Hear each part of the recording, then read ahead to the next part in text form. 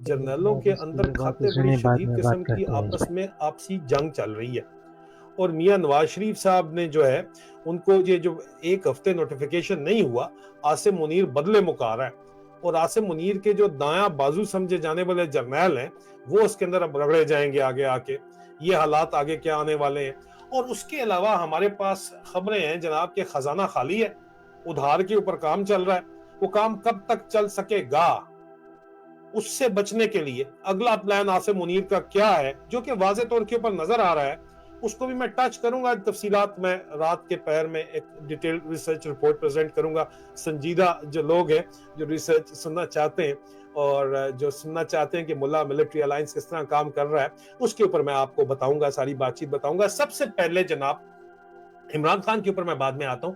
जब फैज हमीद को 14 साल अगर सजा सुना दी गई है, तो आईएसपीआर ने उसके ऊपर एक बाकायदा तौर के ऊपर प्रेशर भी निकाला है। उसकी सेकंड लास्ट लाइन में कहा है कि ठीक है, 14 साल सजा इनको होगी है मिस्टर फैज हमीद को। और मिस्टर फैज हमीद के पास अपील है, वो जा सकते हैं, बात कर सकते हैं। आप क्या समझ रहे हैं, अदालतों के अंदर जाके बात करेंगे वो?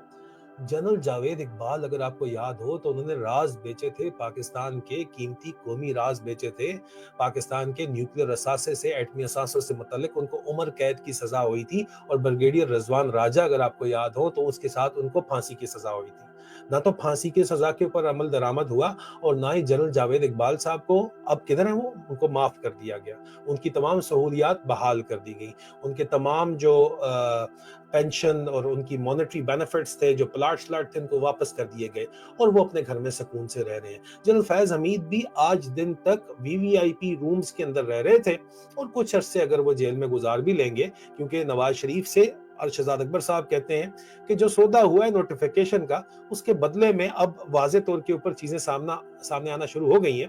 लेकिन एक बात याद रखिए कि जब फैज हमीद साहब गए थे, रिटायर हुए थे, तो उसके ऊपर मुसलसल रिपोर्टिंग मैंने की थी।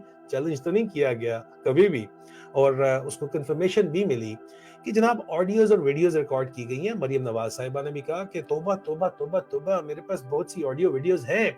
इसी तरह जनरल फैज हमीद के पास भी बहुत सी ऑडियो वीडियोज का एक बहुत बड़ा जखीरा है, जो अपने साथ वो ले गए थे। और एक कॉपी ने जनरल बाजवा को दी थी, और हमारी इत्तलात के मुताबिक उस कॉपी के अंदर सिर्फ वो वीडियोज नहीं थी जो कि जनरल बाजवा की अपनी वीडियोज थी, जिनमें पाकिस्तान की बहुत मशहूर हस्तियों के नाम थे।